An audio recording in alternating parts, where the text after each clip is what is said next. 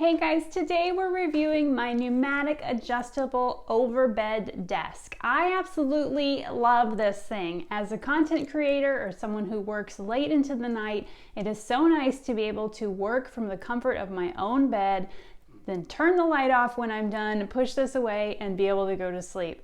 I have to work some long hours because of my job, so people that have similar situations, this is excellent. It also can be used in hospitals, that way somebody has a flat surface over the top of them to work on as well. The top of mine is really long, there's lots of space on it. It not only can hold my laptop, but also a drink, a plate of food, all the remotes, anything else that needs to be sitting by my side as I work, so it's really flexible with that. It has a hydraulic type lift on the side, it makes it go up and down really easily, so it adjusts to the height that I need it to be for what I'm using it for very easily. And it rolls right underneath my bed, so I can push this in and out anytime I want to with ease.